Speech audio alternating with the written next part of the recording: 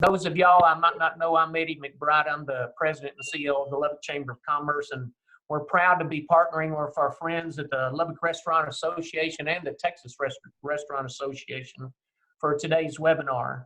And just a reminder, until we get everything open for questions, if y'all would go ahead and mute all your mics so that we don't get a lot of background noise during the presentations.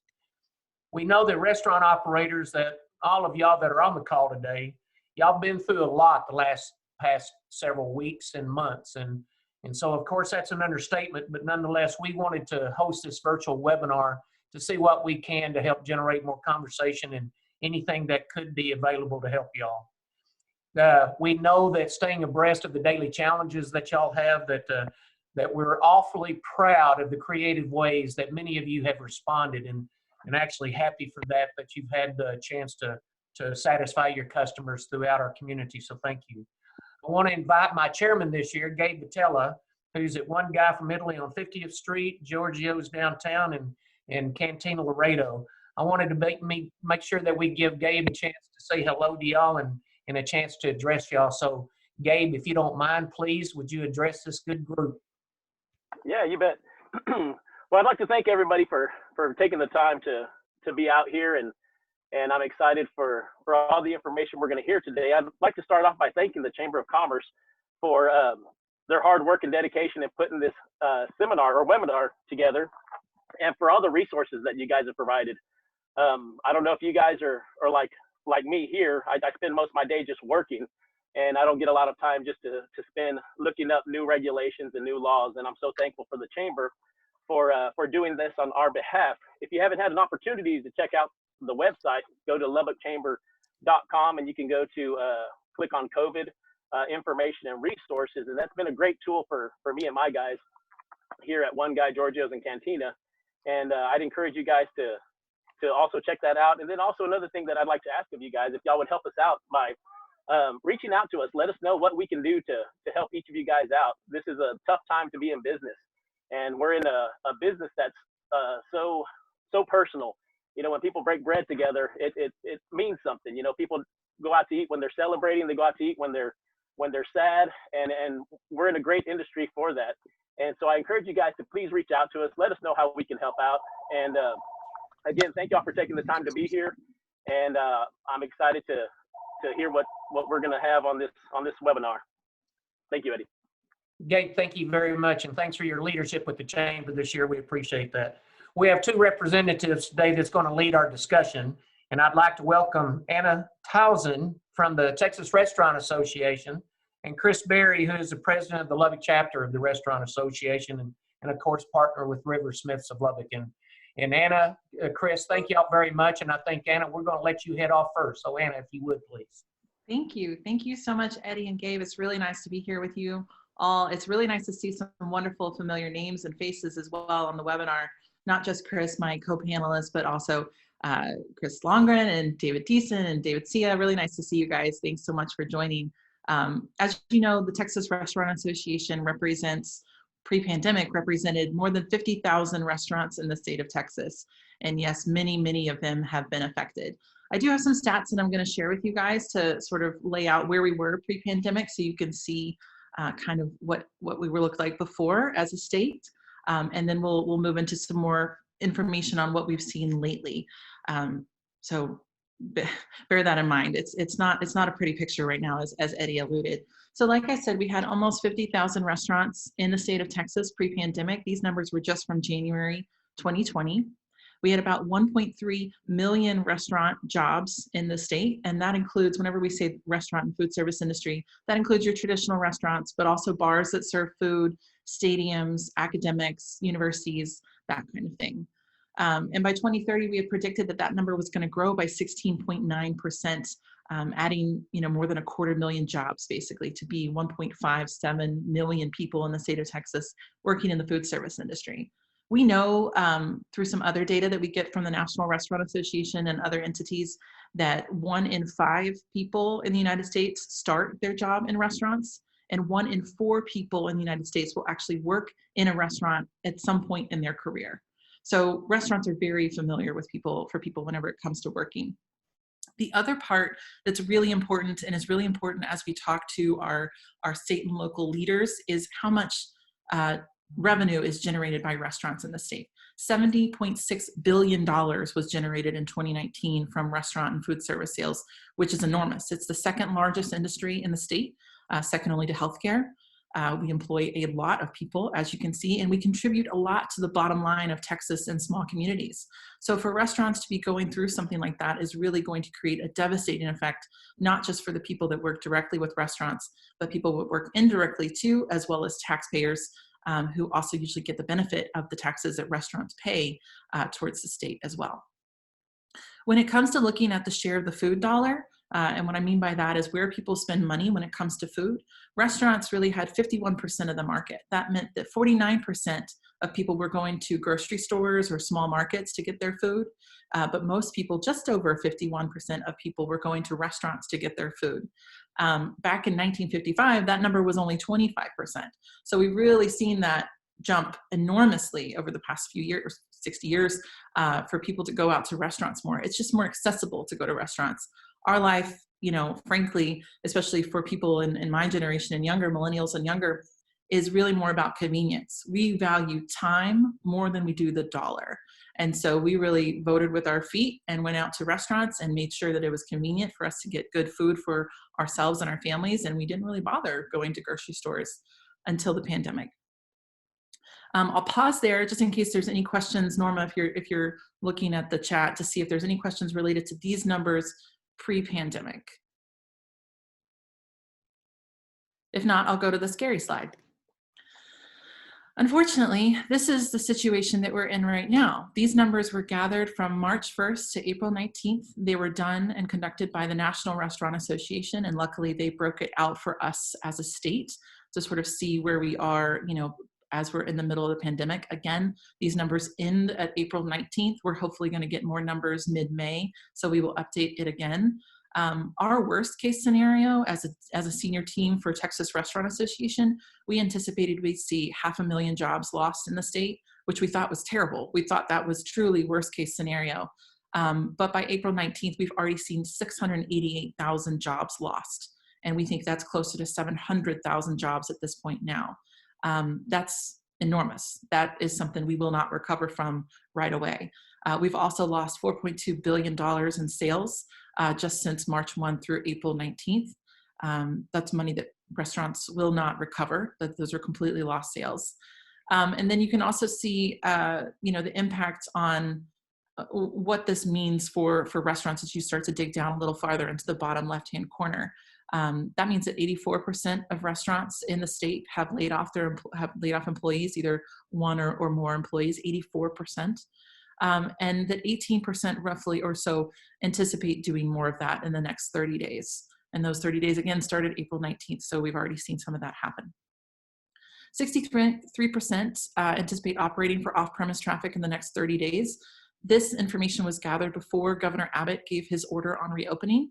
And so it makes sense that they were thinking they would continue with curbside. We've seen some true innovation in restaurants, including Chris Berry, who will talk a little bit more about what he's done to pivot his restaurant to sell more too. And then looking over on the right, we know that 2% of operators have already permanently closed their restaurant.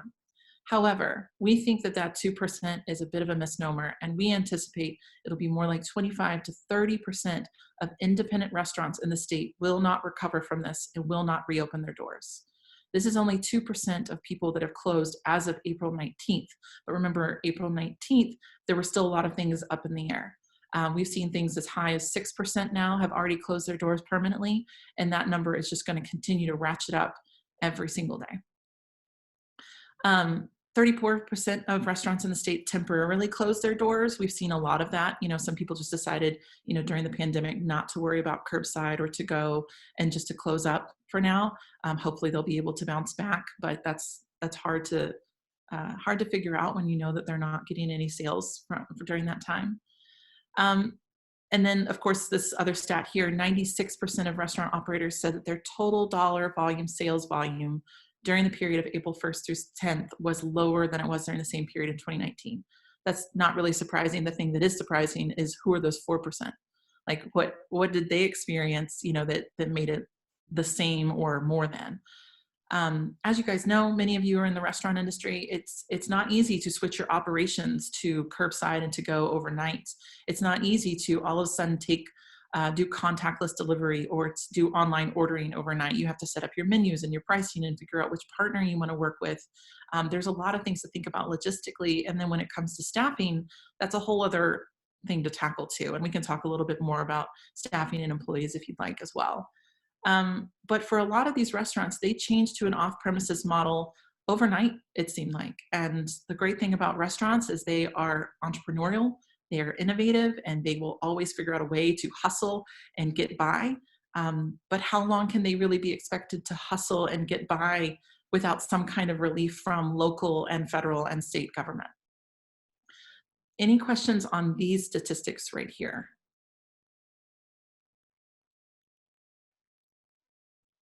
Okay, I'll keep going. So the Texas Restaurant Association, as you know, represents thousands and thousands of restaurants across the state. We have a wonderful active chapter there in Lubbock, headed up by Chris and Mary Jean Sampson, who's on the phone as well. We have been very busy lately. I feel like we haven't slept much, but we know that our restaurant owners have slept even less, and so that keeps us going.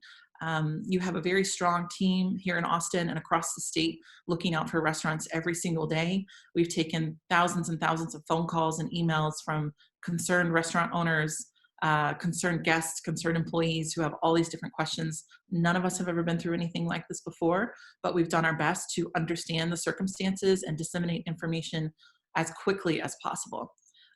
One thing that I would highly recommend for those of you who haven't taken advantage of this yet, if you are not a member of the Texas Restaurant Association, that's okay, we understand. We really want you to take advantage though of our communications. So we have basically ripped the Band-Aid off of holding back any communications to non-members. You should sign up for sure for our nightly emails. You can do that on our coronavirus guidance page. And then we also opened our members only mobile app to be available to anyone who operates a restaurant in the state as well. It's not open to every single allied member or vendor, but for restaurateurs, we wanted them a way to get information quickly and ask questions quickly.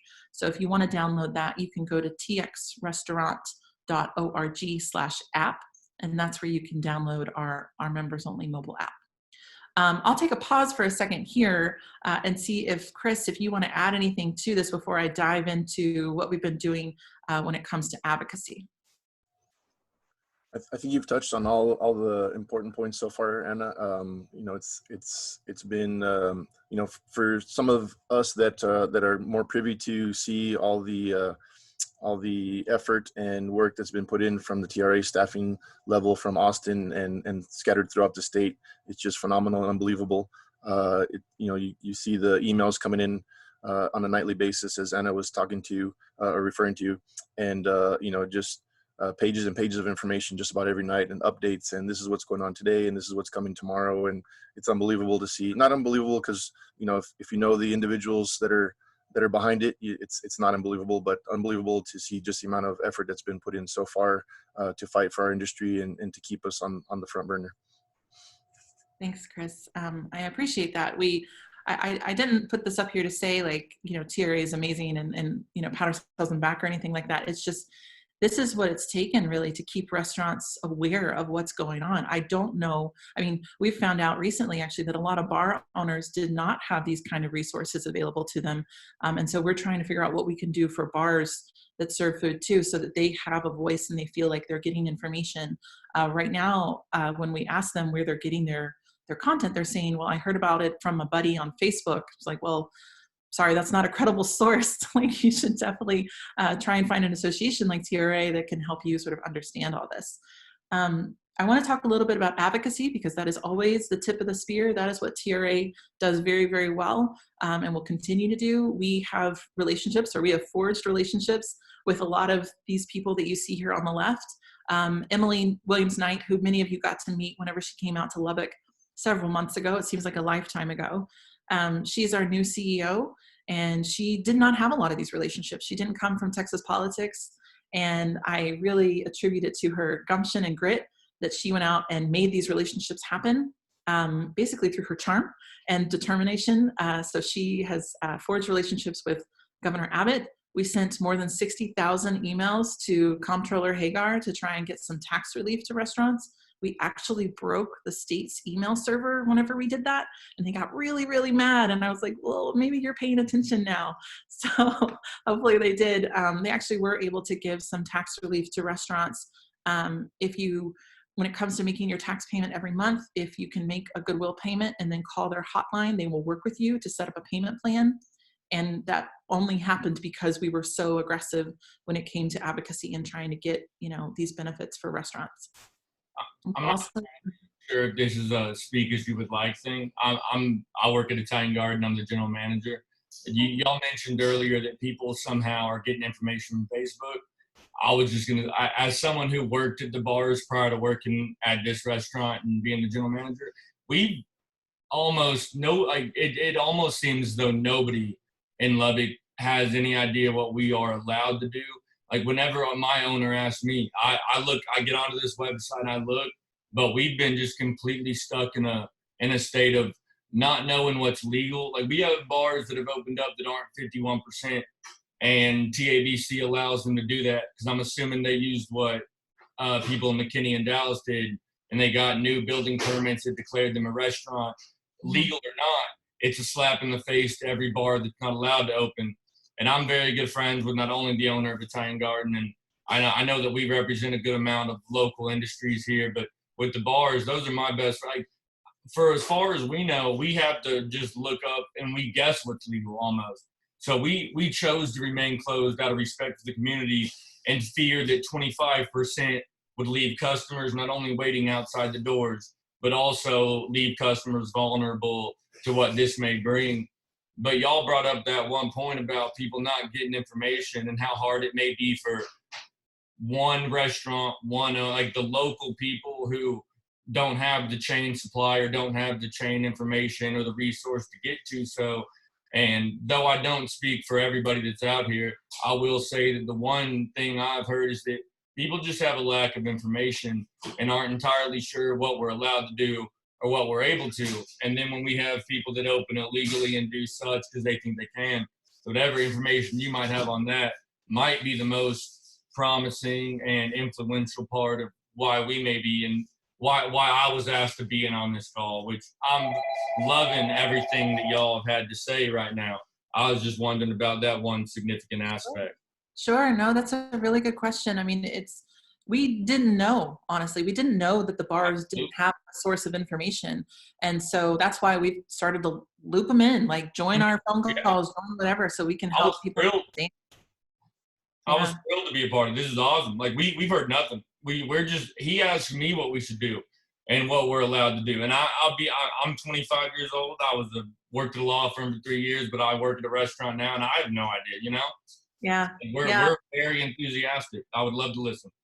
Sure. So, I mean, that's what we're here for. Whenever TABC or the governor puts out guidance, we dive into Chris knows, we dive into those papers and try to understand, okay, what does he mean by this? And if we need clarification, we have the relationships where we can text the chief of staff of the governor and say, okay, this doesn't make any sense. Can you create some clarification? Can we put this out there? And sometimes it takes a while, right? I mean, sometimes restaurants and bars are not top of the list. Sometimes it's doctors, which I understand, but we're lucky that we can get that information and push it out to people as quickly as we can. And if you know other ways that we can disseminate the information, tell us, because I tell you right now, the people in this town, for some reason, I know that I would love to not consider Facebook a credible source, but I don't get to speak for the entire service industry. They all want to use Facebook. I would love to go. I printed off the 13-page affidavit, but when on our door is posted the sixth response to emergency that Governor Abbott posted when we were allowed to do curbside. And that's today. Like you said, some restaurants overnight just chose to do it. All we did was say that nobody any longer is allowed in the restaurant. We offer the exact same menu and we do everything that way. And I'm seeing now that more than likely I can go to this website and get this information, and listening to y'all for 5 minutes, more than enough. I can tell my other managers, I can tell my owner, and this is no joke. even just answering this Zoom call has done more than, like, knowing that someone cares at some point and is willing to listen to local restaurant owners means more to us than anything else that the state of Texas has chosen to say. This means we get heard. We've had 9 people we know that close their doors for good and won't come back. And these are our best friends. These are everybody. We hire everybody we can that's the best at what they can do at this. And they want answers because they chose to come here for a reason. And so just listening to what y'all are talking about right now is not only comforting, but just immensely educational. And we do genuinely appreciate it. So I'd be more than happy to listen to. I'm not entirely sure who was invited onto this call and exactly all of that. I was offered to deal with this, but this means a lot to a very in touch with community restaurant. And so I'd like to say thank you to every person that is currently on it. This means a lot to us. So thank you very much. And I'd love to listen to the rest of what you'll have to say. You're welcome. Thank you for saying that. I appreciate that. We, we have a team of people at TRA, the staff, but also the board, who really care. We really, really care about restaurants for whatever reason. Either we grew up in it or our parents were small business owners or something, but we definitely have a passion for it. Every single person that works there, every single person wakes up in the morning, they know exactly who we're working for. And it's you and your friends in Lubbock and Amarillo and Dallas and Houston, and it's everyone all over the state. That's what we're here for. So I'm happy to continue to tell you more about what we're up to and what we need help with in the future too. Because my side. Knowing we're heard is all that anybody hears. My family's in Dallas. I've had family members that have had whatever this virus is, and we're thrilled. Like there's a smile on everybody's face to know that y'all are calling us to figure out what's going on. So thank you. You're welcome. Okay, so the next few things that we did, so we talked to Abbott constantly. We sent thousands of emails to Comptroller Hagar, our state representatives, and the state senators that we've been working with. Obviously, this legislative session is not in session right now, right? There's not too much that our state senators and state representatives can do. However, they know that we're already thinking about the 2021 legislative session. So we're doing a bunch of town halls around the state for them to hear from their constituents, and help them understand what we're going to need when it comes to the 2021 session that we're going to need their help with. And that's probably going to include letting restaurants continue to sell alcohol to go, as well as letting restaurants continue to operate as markets or grocery if they want to. So those are 2 big things that are already on our agenda, and they know about it. And so it's a really good time to touch base with your state senators and state representatives to make sure they know who you are, so they'll remember you when it comes time for the session. More on that later. And then as far as our U.S. representatives and U.S. senators, a lot of that has to do with the CARES Act, the FFCRA, the Families First Coronavirus Relief Act that came out first, that included some of the EIDL loans, EIDL, Economic Injury Disaster Loans. I have all these different acronyms in our head right now. And so we've been working with the U.S. reps and U.S. senators to understand from a restaurant's perspective, this works, this doesn't work, this doesn't work, this doesn't work. We all know about the struggles with PPP, the Paycheck Protection Act. I'm happy to get as nerdy as you like with that, because we know that there are some big things in that act that just don't work for restaurants. We sent a letter, John Cornyn, one of our senators, wrote a letter to Secretary Mnuchin, he's the Secretary of the Treasury, to get him to change some of the things within the CARES Act that would fix PPP. We had 20 other senators out of 100 sign on to it. We don't know what Mnuchin is going to say, but this is why it's so important to be in touch with the U.S. senators and U.S. representatives. We create these little URLs where you just go to the website and fill in your information, and it sends an email to all of the right people. Whenever you see us send in something like that out, it's best to respond immediately. We've been told from our U.S. senators and U.S. representatives that they are hearing more from restaurants than any other industry, and we want to keep it that way. We want to be the loudest people that they hear from, so that they know how important this is. And you all have amazing stories to tell. They need to hear it from you. We also, just over a month ago, launched something called the Texas Restaurant Relief Fund, which is a fund that gives grants to restaurants. And I think they range from $2,500 to $3,000, no strings attached grants right now. If you go on the website, txrestaurant.org, you can apply for one. We've raised just over $2.2 million to go to that fund. So please, if you need help, apply for it. It's taking us a while to go through all the applications because you can imagine the kind of overwhelming need that restaurants have around the state.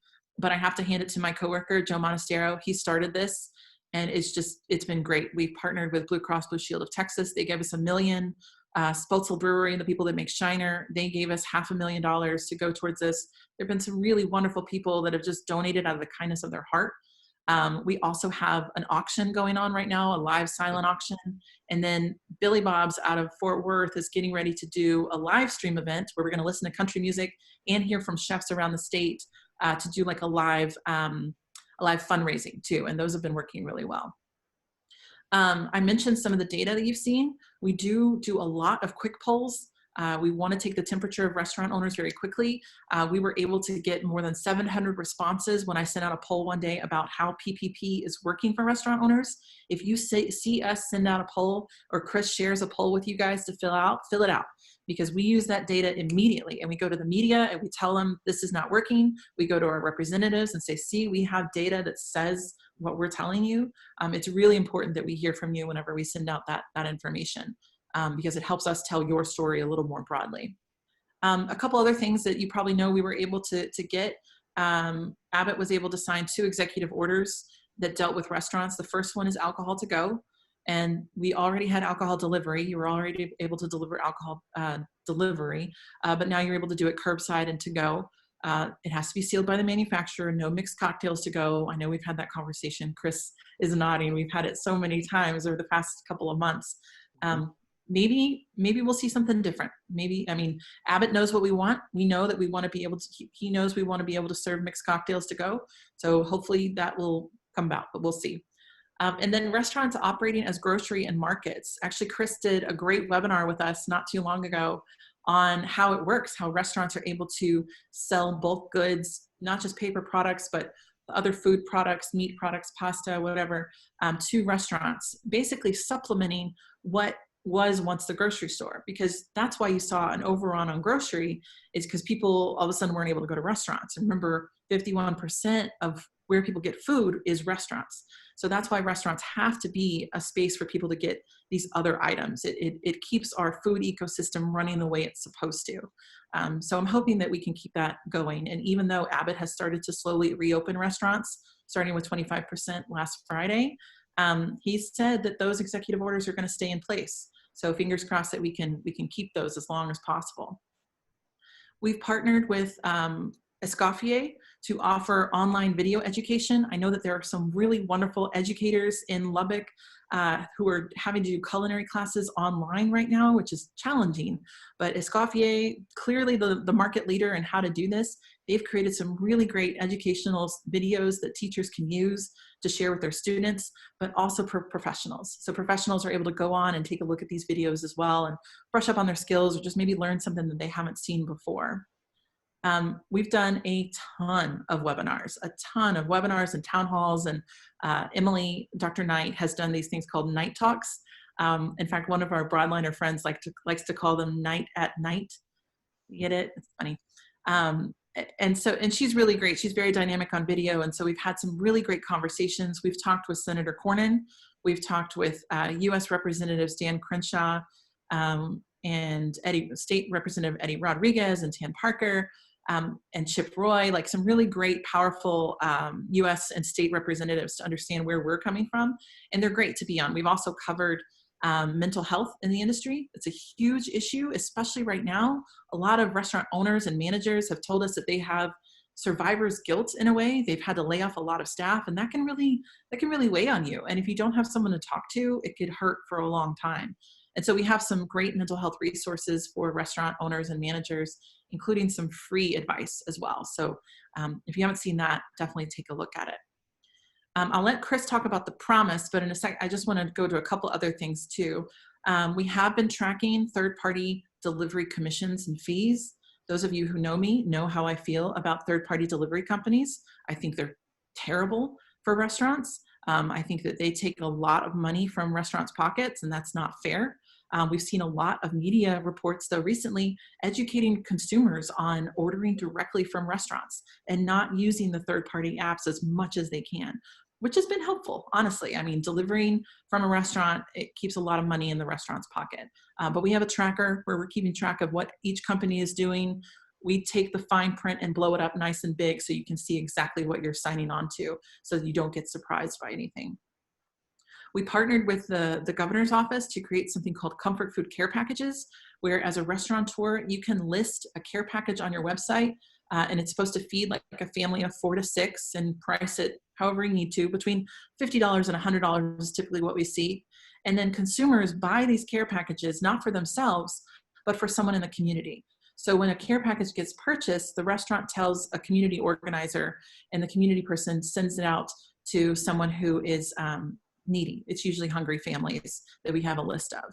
And so that's been a really great thing too. I've seen that we have more than 250 restaurants across the state signed up to do that. And the response has been truly heartbreaking, honestly. There's a lot of people, a lot of children, especially, who normally would get school lunches right now that are not getting that, but people are donating these care packages, which keeps restaurants working, keeps them, keeps their lights on, keeps them making food, and it's going to the people that need it most.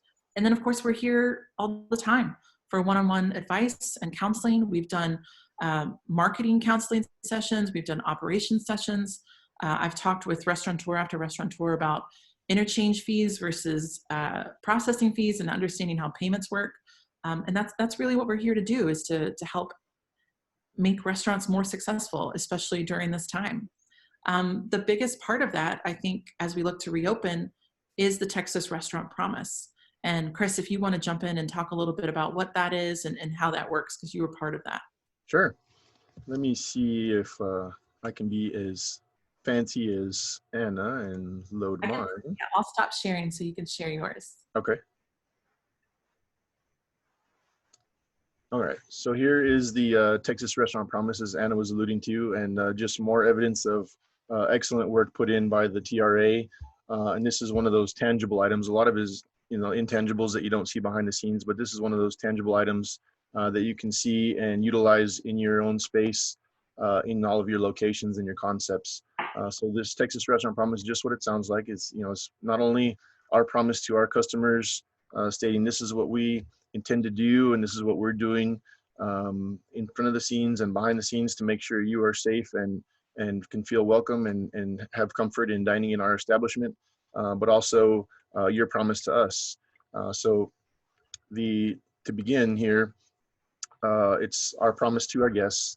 Parties will remain at least 6 feet in distance apart.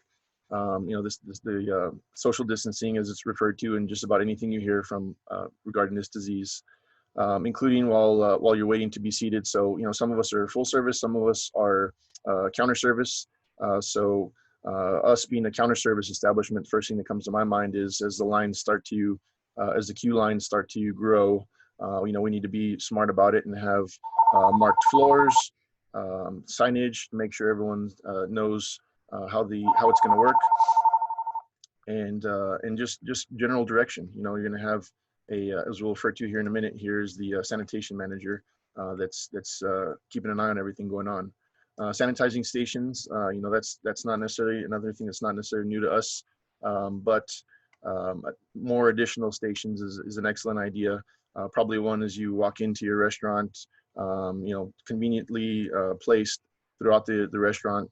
One as they leave the restroom area, one after if it's counter service, you want to have one that's available after the transaction is completed. That way guests can sanitize their hands before they make it to the table. Condiments, silverware, flatware, glassware. So this is referring to everything that's going to be that would normally sit on an unoccupied table. Of course, all of us love to create the ambiance, right? That's part of our operating standards. But in this instance, and for the unforeseen future, your best bet is to leave those tables, the tables bare without any condiments on them. Otherwise, anything that's on the table is going to have to be sanitized before the next guest comes in. So for a lot of us, the best choice is to offer condiments and all those things by request only. disposable menus. So again, for those of you that are full service, you know, simple one pagers or you know, multi pagers, but they're gonna have to be disposable for the time being for sanitation purposes. Employees pass a health screening before coming into the restaurant. So this is twofold. You know, they can be the temperatures and the screening questions that are listed here on the restaurant promise that we'll get to here shortly. Employees washing and sanitizing their hands upon the restaurant. Again, that's nothing new to us. Just going to the next level even more frequently than we have been doing in the past. Cleaning, disinfecting common areas and surfaces regularly. This is another one of those things that your sanitation manager will be in charge of to make sure that all these procedures are being followed, to make sure that as customers are walking in, they're aware of how the procedures have changed in your environment, in your restaurant, and to make them feel welcome, of course. And then as we mentioned, or as I mentioned earlier, the promise is not only from us to the customers, but also the customers to us. You know, this will do almost no good if you know, everything that we're doing, if an individual that should not be partaking in the dining room procedures, or, you know, someone that's feeling the symptoms, someone that is maybe highly at risk, maybe some of those people should not be dining in the dining rooms yet. So most of us, and I would venture to say, is almost 100% of everyone that's moving into opening up their dining rooms is going to maintain all the services to go, such as curbside and delivery and contactless delivery, all those things. So there's still plenty of options, a multitude of options for those who wish to come to the restaurant, but maybe aren't ready for it yet, or have shown symptoms and should not be traveling anywhere yet. And this Texas Restaurant Promise has plenty of background information included in it, multiple pages of explanation and question and answer, FAQs, all those kind of things. But what we're recommending is for all restaurants to post this at their entryways. That way customers can see just what all the things that you have put into the thoughtfulness that has gone into you being able to reopen your establishment and welcome those customers back to your dining room. So again, it's just another tangible item that they can see. Well, okay, they didn't just throw some ideas together and open the doors. No, there was a lot of thought put into it. They care about us. You know, we care about them. So we encourage everyone to participate in that program, reading through it, familiarizing yourself with it, and posting it at your entryway. And I think you wanted to jump back into the next section. Is that correct? Yeah, I also want to let people know that we have the Restaurant Promise translated into Vietnamese and Spanish as well. So if you need the Spanish one, because within here too, Chris, there is a section for, like you mentioned, an employee questionnaire. Whenever people come to work, we encourage you to have them fill out this questionnaire to just track what their symptoms might be. If you can take temperature, do that. I know those thermometers, those infrared thermometers can be a little expensive. They're like $78 for one. So if you can't take the temperature of your employee every day, sometimes just doing this questionnaire is a great way to do it. And we do have that translated into Spanish for a lot of, we know a lot of our people that work in restaurants speak Spanish. And in Houston and Dallas, we have a huge Vietnamese population. So that's why we translated to Vietnamese. So if you speak another language and you want to translate it for us, you're more than welcome to get in touch with me, and we can definitely do that too. But these are, thank you, Chris. These are very important questions to ask people as they're coming into work, just to understand, and the symptoms are changing all the time, right? We're learning more every day about what the symptoms are for COVID. And so this will likely change again based on information that we learn. But if you need it, I know, thank you, Norma, for posting it up there. She's got the file ready for you to download. And if you go to our website, you can always find it there too, as well as the translated version. We've reached out to our POS, and I would encourage, any restaurant to do the same. Our POS handler happens to be Toast, but we've reached out to them inquiring as to the possibilities of having this survey uploaded onto the point of sale system. That way, it's automatic as employees clock in every day or as they're about to clock in, they see those survey questions. So they're automatically answered. It's becomes second nature eventually. I think, a lot of the POS providers out there are more than willing to help out in any way they can. The squeaky wheel, analogy again, the more of us that make noise, the faster they'll make it happen. It's true. We're very squeaky right now. Yes. So they will generally do whatever you need them to take care of this. If you want, Chris, I can switch back over to my presentation and share my last slide that I have over here. We've all gotten so good at Zoom. I'm so impressed. Okay, so here's sort of what's on the horizon for TRA. On the right there, you can see a photo. One of my staff took this yesterday at a Torchy's location in South Austin. You can see that people are lined up to pick up their order or go into the restaurant, and they are spaced appropriately apart. That's what we want to see. And then I have some other more terrifying photos also from Torchy's, just a different location, where people were not respecting that. And it's really, really important to have someone from your staff, if possible, tell people to separate. They need to spread out. And like I said at the beginning, a lot of the issues that we're having right now have to deal with consumers, not restaurants. And we just need to educate our consumer audience, which is why the Texas Restaurant Promise includes that piece back from consumer to restaurant. It can't just be the restaurant that's in charge of keeping everyone safe that comes through those doors. It has to be up to the customer as well. If they're not feeling well, they should not be coming into restaurants. They should be staying home in order to keep everyone safe. And we want to make sure that that's really understood too, that it's not just on restaurants and their staff, that it's on the consumer as well. Here's what we're asking for right now from Texas mayors and city council. We're looking for relief from different taxes and fees that are out there right now. We're asking cities to come up with grants for small businesses, if possible. If you work with community organizations, I'm sure the Lubbock Chamber can definitely work on this. Get people in touch for where they can find business grants, small business grants, even as little as like $500 could do a lot for a business, especially in a small town. And then we're also asking mayors and city council members to consider commercial payment relief when it comes to rent payments and penalties associated with that. So whatever the mayors can do to come up with and city council can come up with would be really helpful for restaurateurs. And then for our US senators and representatives, like I mentioned earlier, we're really looking to fix the Paycheck Protection Program.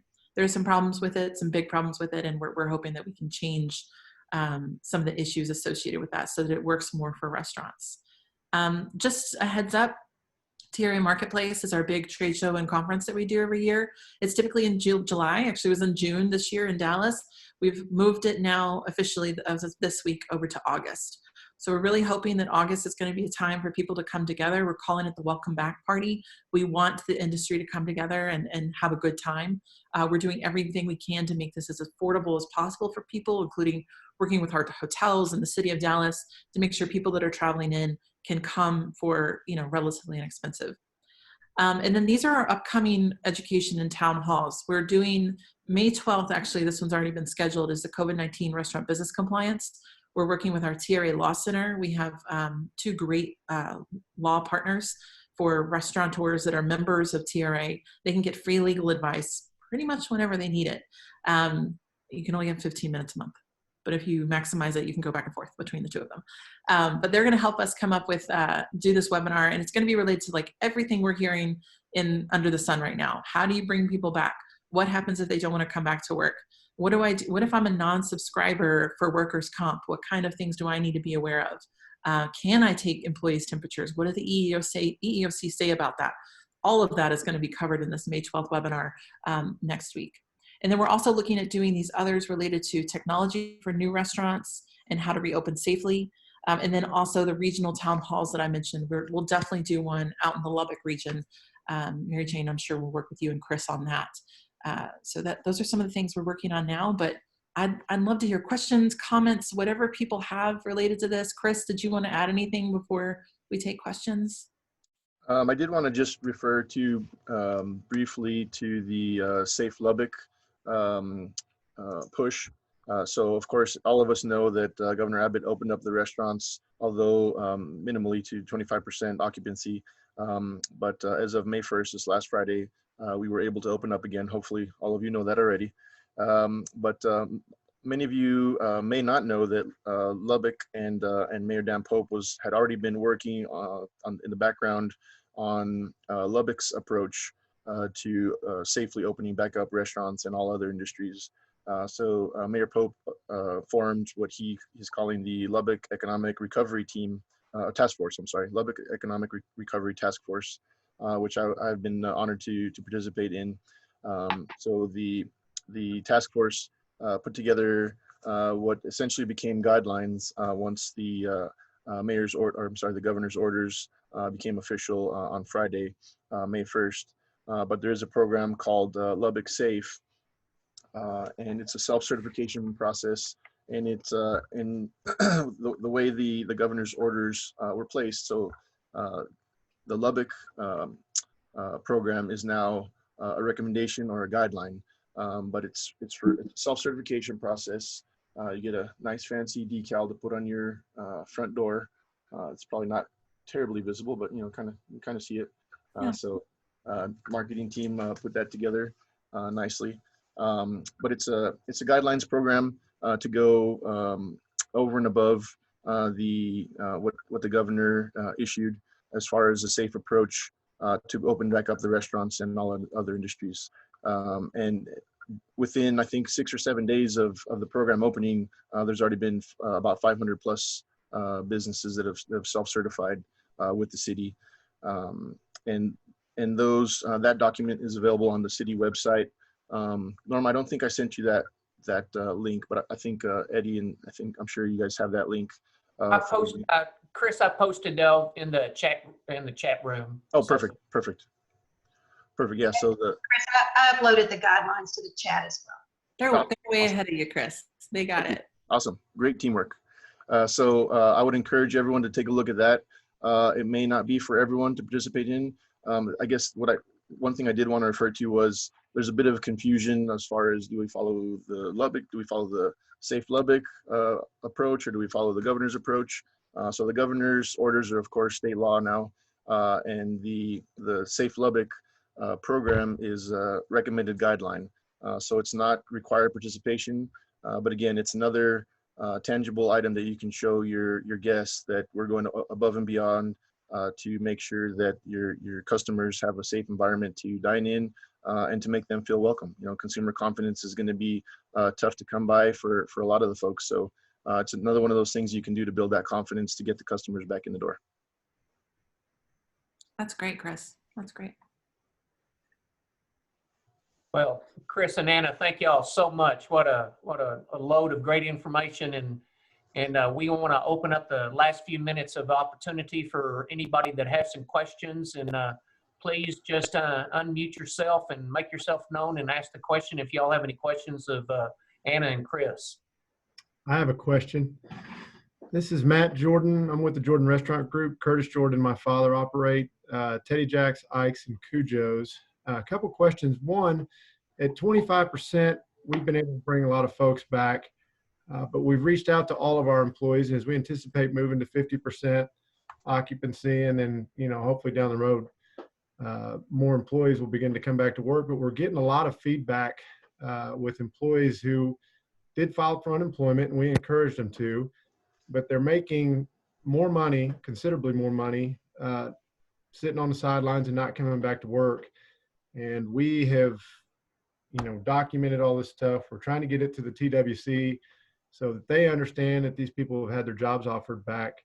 Is there any kind of message going to the Texas Workforce Commission? I know they're, overwhelmed right now, but it's hard for us to bring these people back to work when they're making more money staying at home. Yeah. Yeah, that's actually sadly, it's a very common thing. We've heard it a lot. We're very close with Texas Workforce Commission, and they've been very helpful in this.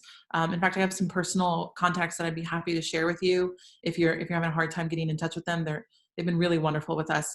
What I would recommend is, as an employer, first of all, if you offer someone employment back at your restaurant that they are perfectly capable of doing, right? It's reasonable work, what they call reasonable work they're trained for. They should be returning to work. If they do not, it is your obligation as an employer to alert Texas Workforce Commission, because the only reason people are on unemployment benefits is for them to look for appropriate work. And if they are offered a position and they turn it down, they are no longer eligible for unemployment benefits. So that's the first thing. The second thing is that if you're bringing people back at 25% and 50% capacity, they're probably not going to be working the same hours that they were before. And so what you can do is sign up for something called the Shared Work Program with Texas Workforce Commission. It's a really great program. Not a lot of states have this, but Texas luckily does, where essentially your employees work a fewer number of hours than they were before. Texas Workforce Commission, so they work for you. They get like a percentage, so they get half of their salary from you. Texas Workforce Commission will cover those missing hours to sort of bring them back up to where they were before. And then because they are getting some money from the state, they automatically apply, or they automatically qualify for that extra $600 a week from the federal government. So it's a great program for them. If people still won't come back to work after that, I would definitely make sure Texas Workforce Commission knows about it. But this is a really good opportunity to bring people back to work, give them the unemployment so that they're whole, and then they additionally get that $600 a week that they need as well from the federal government. What I've told employees whenever they tell me this too, I'm making enough money, I can just sit back and wait, is there will not be a restaurant for them to return to if they do not do this. People will close their doors if they don't have enough employees to come back to work. It is that dire of a situation. So if you want to stress that to them too, I'd highly recommend it. But look into Shared Work, and their website says that they're approving people in 10 days, but they're doing it faster. So just go ahead and apply for it. And this is through the Texas Workforce Commission? Yes, sir. Okay. Mm-hmm. All right. Now I have one more question in regards to the PPP. Is what y'all are relaying to the government that restaurants need an extended period of time? Because for us to reach the number of employees that we filed, and the formula that that you submitted with payroll times the 2.5 months or whatever, that money, there's no way that money can be spent by June 30th. And right. At 50%, there's a good chance we won't be back at the occupancy that we had anyway. So is there any discussion about getting that deadline extended? I've talked to our bankers several times and nobody seems to have any answers. There is talk about it every single day to a lot of people. Unfortunately, I'm going to slam our government right now for a second, but unfortunately, they don't seem to understand that they have the power to fix this, that Secretary Mnuchin can fix it right now. But he won't do it. He says it's Congress's job, and Congress says, no, the Treasury has the ability to do it. So we're going after everyone to try and get someone to respond to this. We absolutely agree. 8 weeks is not enough time, especially because restaurants are closed. How are they supposed to get it up to 75%? There's just no way. Mathematically, it doesn't make a lot of sense. So we're definitely talking about that. We're also talking to them about the 75-25 split. We think that's unrealistic as well, because most people don't spend 75% of their money on employees. Like it's not how it works. And so we're talking to them. That's the one that I'm really hoping will get changed. I'm hoping it'll go to a 50-50. That was what was included in the letter from Senator Cornyn to Secretary Mnuchin that was sent last night. But the 8 week we're really hoping for, as well as the repayment period. Remember when CARES Act was originally written, it was a 10-year repayment period at a really low interest rate. And then like out of nowhere, it was turned into a 2-year repayment period. We don't really know what happened. So we're asking for that too, to consider changing it back to 10-year or something in the middle there. So those are the big 3 things that we're asking for. Okay. Thank you. Sure. How was the statewide poll still looking at? Was it still about 50-50 the restaurants that opened up or have opened up?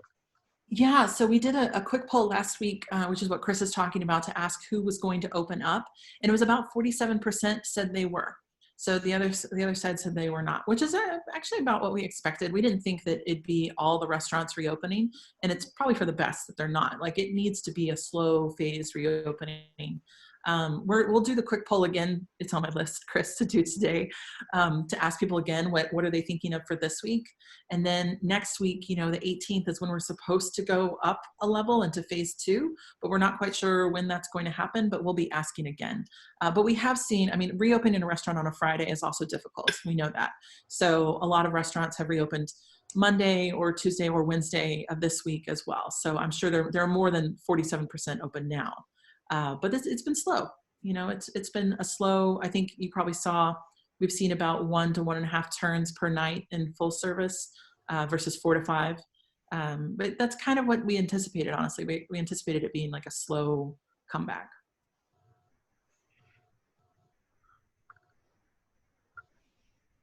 Got time for a couple more questions if y'all have any. Is there any? I Yeah. see one in the chat about the Safe Lubbock document, just confirming that it does require masks on all restaurant employees, including back of house, front of house, and managers. Yes, that's correct. So there was a little bit of confusion, kind of what we were referring to earlier, when some of the items in the Lubbock Safe document do say required because it's a requirement for that program. However, that program is not required, so therein in turn lies the confusion, I guess. But if you choose to participate in the self-certification of Lubbock Safe, then yes, you are agreeing to all employees wearing face coverings. Yes. And thank you, Chris, for picking up on that. We actually are trying to be careful about what we call the masks that people are wearing too. We don't want to confuse people with us wearing medical grade masks. So we've started to call them face coverings, so that people understand what the difference is. We think that medical grade should really be reserved for our people on the front lines in hospitals to use. So face coverings are fine to meet the requirements of Lubbock as well as the guidelines from the state. I have a question, actually, if that's okay, Norma and Eddie. I'd like to know from the restaurants in the audience, what are some other burning questions you have? What is keeping you up at night besides the PPP? What else can we maybe answer or work on? I got one. Yeah. Marketing in the age of coronavirus. We've got a situation in the public where one side is panic and the other side is denial, the two extremes. One is denial, it's a hoax, it never existed, it's nothing to worry about. Panic is the sky is falling, it's going to kill us all. So, for example, we're posting a Facebook ad with a little girl eating spaghetti. Half the crowd is going to go, "You're killing her," and the other half is going, "Let's go out to eat." I saw the Torchies line, the mother with her daughter out there. I mean, she thinks it's at least safe enough to get takeout food, but now we're entering into the bastion of cauldron of COVID-19 transmission, which is otherwise known as a restaurant. So I'm trying to market to these people, and I'm thinking maybe I should take kids out of the ads just to go down the middle more. That's a really good question. I will definitely look into that with my other marketing people. I know exactly what you mean between those two dichotomies. It's wild out there. The one thing that I can tell people over and over again is CDC and WHO have told us many times, this is not a foodborne illness. This is not transferred through food. So, that's not really helpful. That helps with the servers are there and all the tables, and it's just, the image of this virus everywhere. I mean, it's exactly. But it's not the spaghetti that'll kill her. No, it's not. So it's a tough marketing gig. Anyway, I just wanted to point that out there. Yeah. Yeah. Thank you. I'm going to think about that one. Thank you, Lloyd. Well, and if there's any other questions, please, anybody that's on this webinar today, and Anna as well, sharing information through the chamber, and Mary Jane too with the Lubbock Restaurant Association, and a lot of folks who are on this webinar today that obviously we communicate with regularly. So I want to also again thank Chris and Gabe both for serving on the Lubbock Economic Recovery Task Force. One of the things that, if I might add to what Chris said, is that that group also suggested heavily that we go to 50% occupancy, as well as also wanting to open personal services on the same day that we did last week. So we were a little bit more business minded, I think, in that particular group to try to help businesses get back to some type of beginning in Lubbock. So I really thank both of y'all on that. And Matt, I know we got input from y'all as well. So tell Curtis that we appreciate the stuff that y'all provided for us as well. And many of y'all, Carrie as well, we heard from quite a few of y'all give input. So thank y'all very much. And I talked to the mayor right before this webinar today, and he said that he hopes that these new outdoor, new guidelines that the governor has given for outdoor areas, he said he even heard folks were actually setting up stuff in their parking lots, and he said he fully accepts that. No. I'm sorry that the city manager was on earlier. They had a 4 o'clock, we had a Lubbock Economic Recovery Task Force news conference at 4 o'clock. So we weren't able to obviously support that, but nonetheless, I have found the mayor and the council extremely supportive of trying to help businesses, even though they were a little bit restrictive early. And I think we're seeing the dividends of that, and I hope we continue to as well. So again, Anna, Chris, thank y'all very much for today's presentation.